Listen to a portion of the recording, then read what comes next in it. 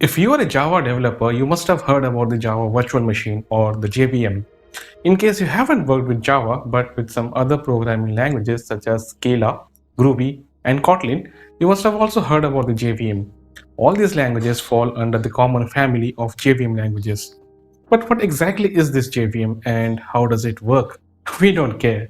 As long as our code works, we don't even think about the inner mechanics of the JVM.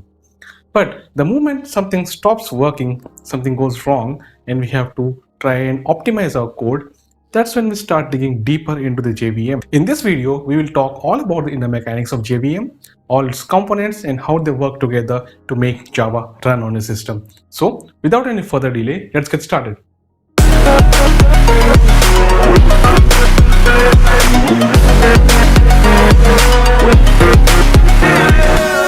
Hello everyone.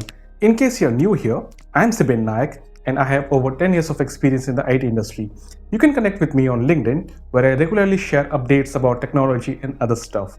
Please subscribe to this channel and hit the bell icon so that you get notified of my future videos. JVM is the core of the Java ecosystem and it makes it possible for Java-based software programs to follow the write once, run anywhere approach. You can write Java code on one machine and run it on any other machine using JVM. JVM was initially designed to support only Java. However, over the time, many other languages such as Scala, Kotlin, and Groovy, etc., were adopted on the Java platform. All of these languages are collectively known as JVM languages. In this video, we will learn more about JVM, how it works, and the various components that it is made of. But before we jump into JVM, let's revisit the concept of a virtual machine once. A virtual machine is a virtual representation of a physical computer. It is often referred to as a guest machine, and the physical machine they run on is referred to as the host machine.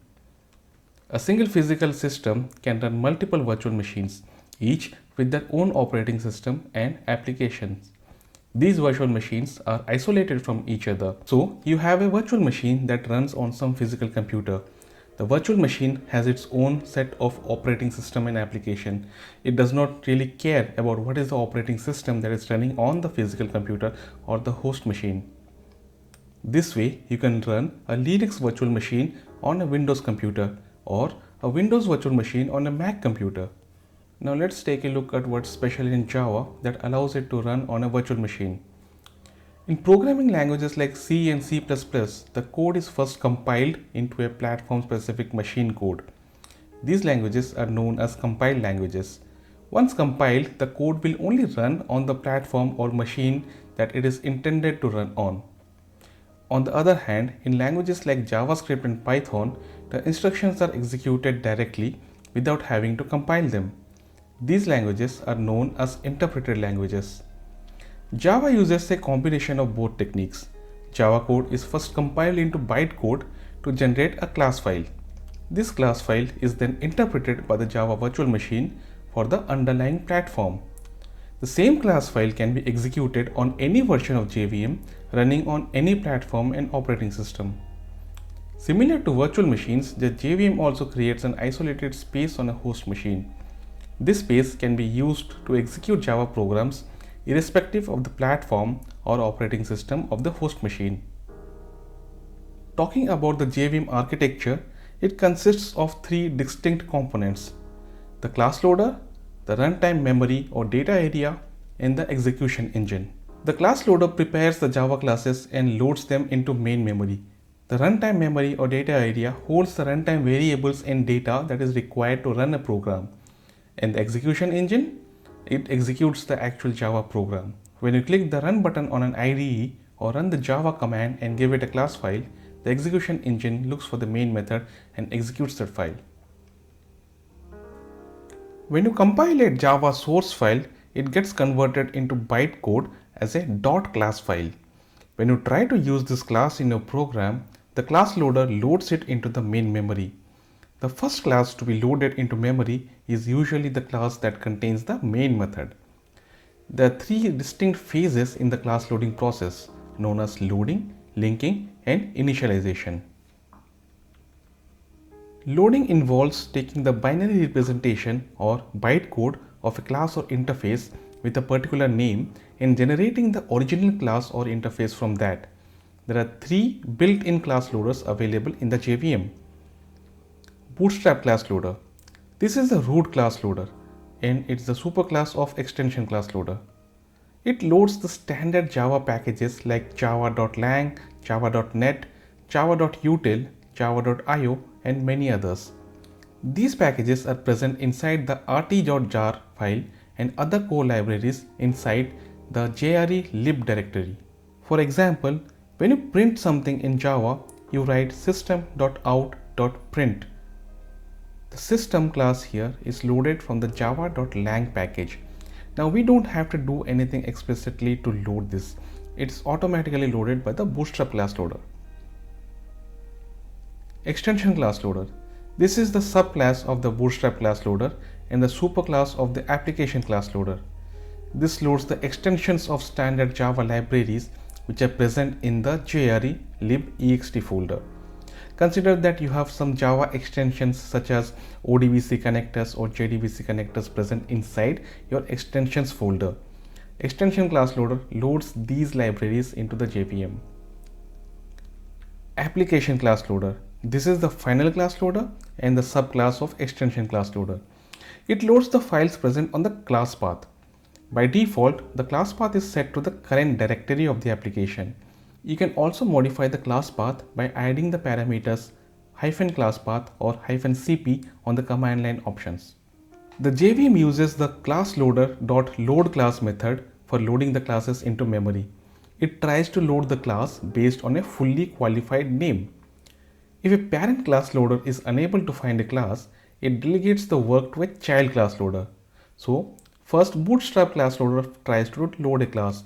If it is unable to do so, it delegates to extension class loader. If extension class loader is not able to load the class, it delegates to the application class loader. If the last class loader is also not able to load the class, it throws a no class def found error or a class not found exception. After a class is loaded into memory, it undergoes the linking process. Linking a class or interface involves combining the different elements and dependencies of the program together. Linking includes the following steps. Verification. This phase checks the structural correctness of the .class file by checking it against a set of constraints or rules. If verification fails for some reason, we get the verify exception. For example, if the code has been built using Java 11 but being run on a system that has Java 8 installed, the verification phase will fail. Preparation. In this phase, the JVM allocates memory for the static fields of a class or interface and initializes them with default values. For example, assume that you have declared a Boolean variable in your class which says private static final Boolean enabled equal to true. During the preparation phase, the JVM allocates memory for the variable enabled and sets its value to the default value for a Boolean, which is false. Resolution. In this phase, the symbolic references are replaced with direct references present in the runtime constant pool.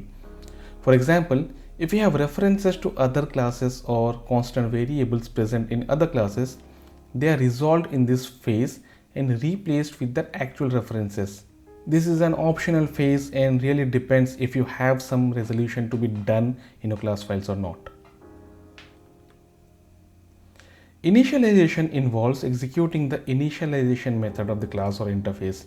This is also known as the CL_init method. This can include calling the class's constructor, executing the static block, and assigning values to all static variables. This is the final stage of class loading. For example, when we declared the variable enabled in the previous example, it was set to its default value of false during the preparation phase. In the initialization phase, the variable is actually assigned to its value of true.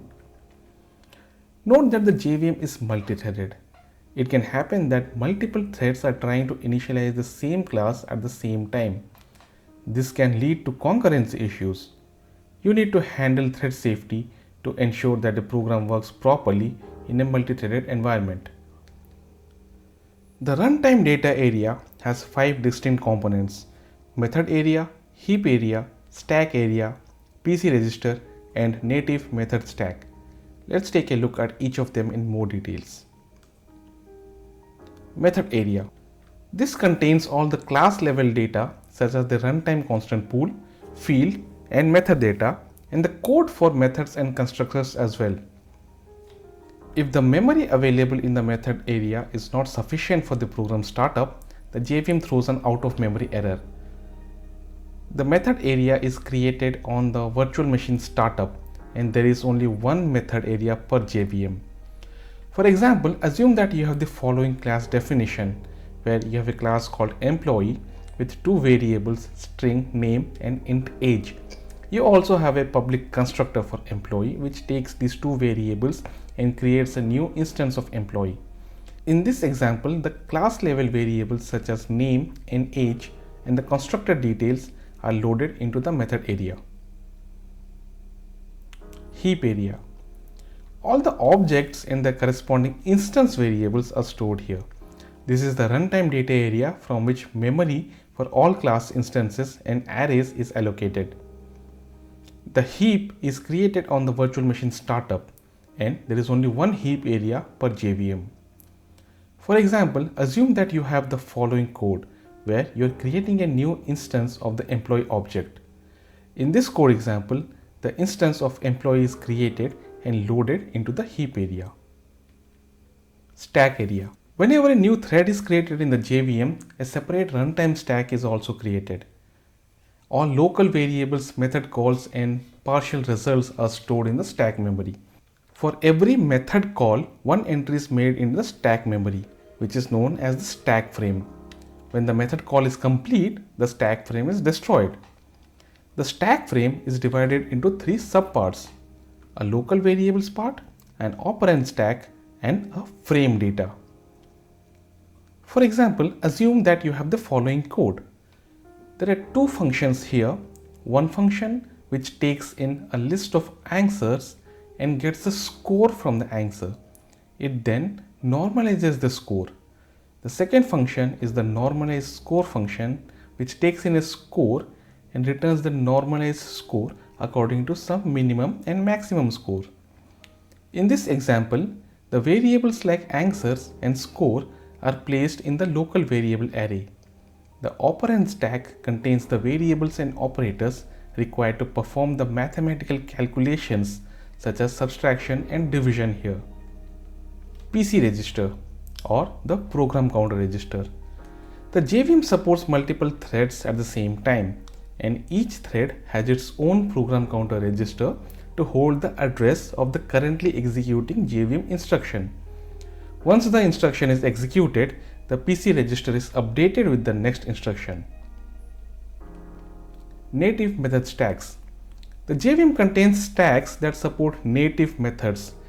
Now, these native methods are something that are written in languages other than Java programming language, such as C and C++. For every new thread that is created, a separate native method stack is also allocated. Once the bytecode has been loaded into the main memory and all the details are available in the runtime data area, the next step is to run the program. The execution engine handles this by executing the code present in each class. However, before executing the program, the bytecode needs to be converted into machine language instructions. The JVM can use an interpreter or a JIT compiler for the execution engine. The interpreter reads and executes the bytecode instructions line by line. Due to the line by line execution, the interpreter is comparatively slower. Another disadvantage of the interpreter is that when a method is called multiple times, every time a new interpretation is required. For example, consider this code. Here we take a variable called sum and then run a loop from 0 to 10 to increment sum. In this example, an interpreter will fetch the value of sum from main memory for each iteration in the loop. It will then add the value of I to it and write it back to memory. This happens in a loop and is very expensive operation because accessing the memory each time is expensive. The JIT compiler overcomes the disadvantages of the interpreter. The execution engine first uses the interpreter to execute the bytecode, but when it finds some repeated code, it uses the JIT compiler. The JIT compiler then compiles the entire bytecode and changes it to native machine code. This native machine code is used directly for repeated method calls, which improves the performance of the system. The JIT compiler has the following four components. The intermediate code generator generates the intermediate code. The code optimizer then takes this intermediate code and optimizes it for better performance. The target code generator takes this optimized code and converts that into the native machine code. Finally, there is a profiler which finds the hotspots in the code. These hotspots are code pieces that are executed frequently and repeatedly. Let's take the previous example of the code where we had a sum variable which was updated inside a loop.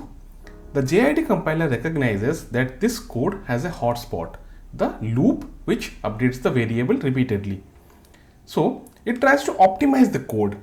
It takes a local copy of the sum variable in the PC register.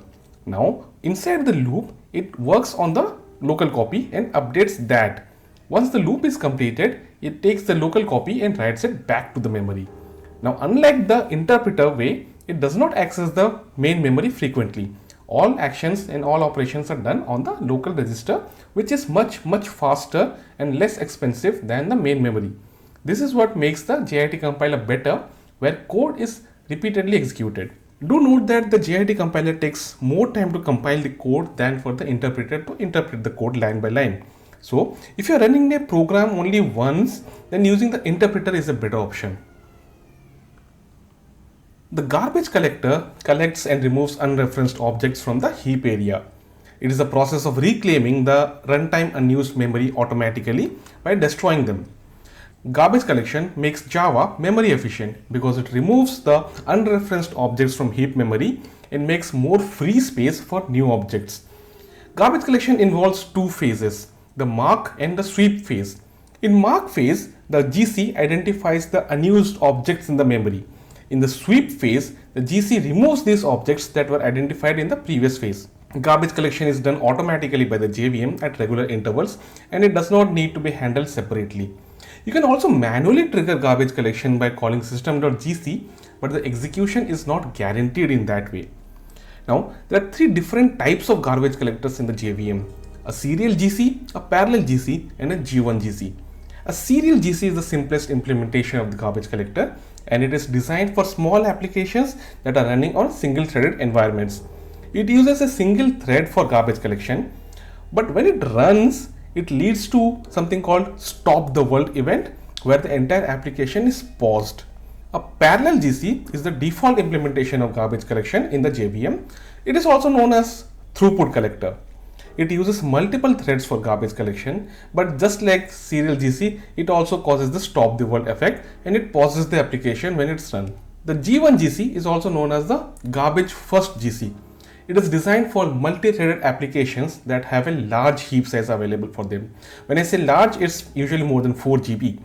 It partitions the heap into a set of equal size regions and uses multiple threads to scan them. G1 GC identifies the regions that have the most amount of garbage and performs garbage collections on those regions first.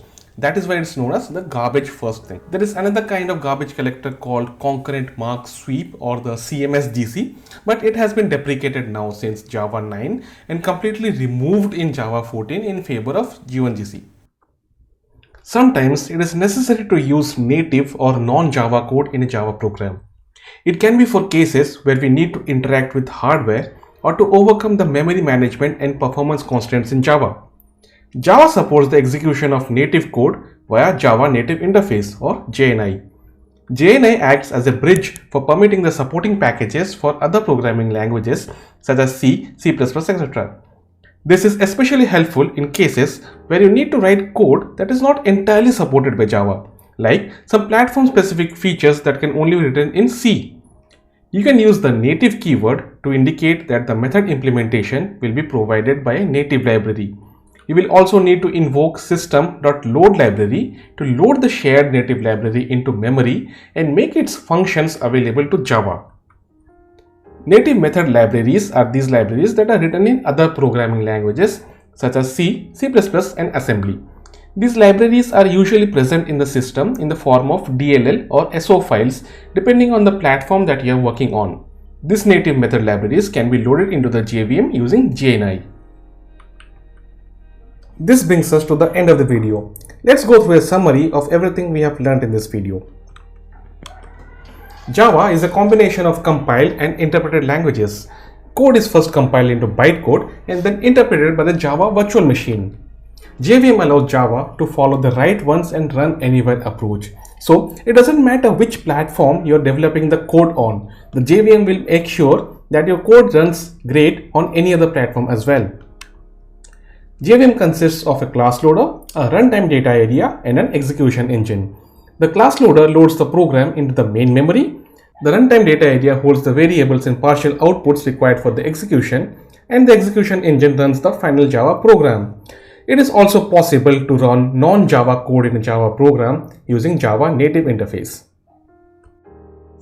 Thank you for staying with me. If you liked the video, please hit the like button and subscribe to my channel. Don't forget to hit the bell icon so that you get notified of all my future videos. If you have any questions or feedback, please add them to the comment section or feel free to reach out to me on Twitter or LinkedIn. The links are in the description. Thank you once again and goodbye.